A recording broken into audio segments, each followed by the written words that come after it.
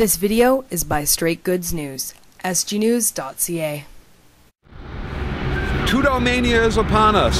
Yes, Justin Trudeau has declared for Liberal leader, and so far the main impact of his declaration has been that the NDP has dropped several points in the polls, and the Liberals have inched up almost 10 points up from where they were a year ago, up ahead of the NDP. So it's confirming the NDP's worst nightmares that the thieving Grits will take back everything they've worked so hard for. So far, Trudeau hasn't had any impact on Conservative support in the polls, and that may actually be the way it is. Is the Trudeau phenomenon real? Well, it's real that he's packing halls, and it's real that social media is going crazy over him. Whatever you think of this beautiful young man who has so little to say, you got to admit he's got the most powerful political brand in Canada. He's never done anything very substantive in the House of Commons, but the media spotlight just seems to gravitate to him. But then again, when your name is Trudeau, the media spotlight is never very far away.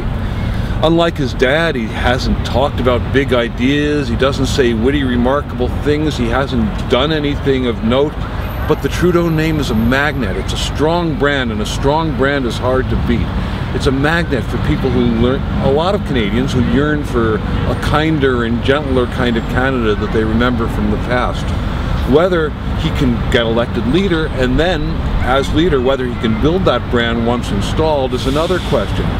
Michael Ignatieff was much ballyhooed, and so was John Turner when they came to be Liberal leaders, and look what that came to. And you know, in this day and age, any Liberal leader faces very tough problems. The party has become politically irrelevant. The right is occupied by Harper and his gang. The left looks tempting, but the Liberals have lost their edge. They've lost their edge in the industrial heartland, in BC. They've lost their edge in rural Canada, among immigrant communities. Quebec is the crucial question. At the moment, polls suggest that Quebecers might forgive and forget the humiliation of the Chrétien years, the sponsorship scandals, the things they resent about Pierre Trudeau I. But Quebecers may well remember, particularly if they're reminded often enough, and that will be a large and appealing target for all of the Liberals' adversaries. Quebecers are pretty good at remembering, after all. Their license plates say they do.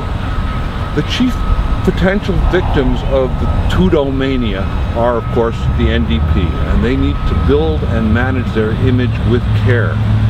It was very interesting as Tom Mulcair campaigned to be NDP leader. He questioned the traditional image and rhetoric of his party, and since he's been elected leader, he's displayed a tone that's been moderate, thoughtful, and focused on economic issues.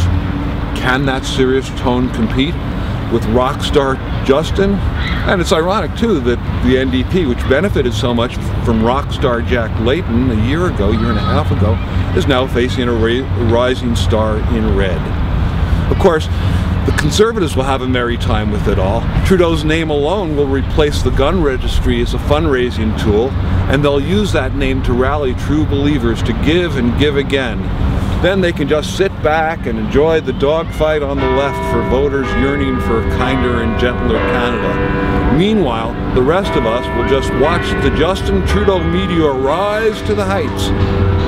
But what often happens to political meteors is what happens to a lot of other meteors. They crash and burn.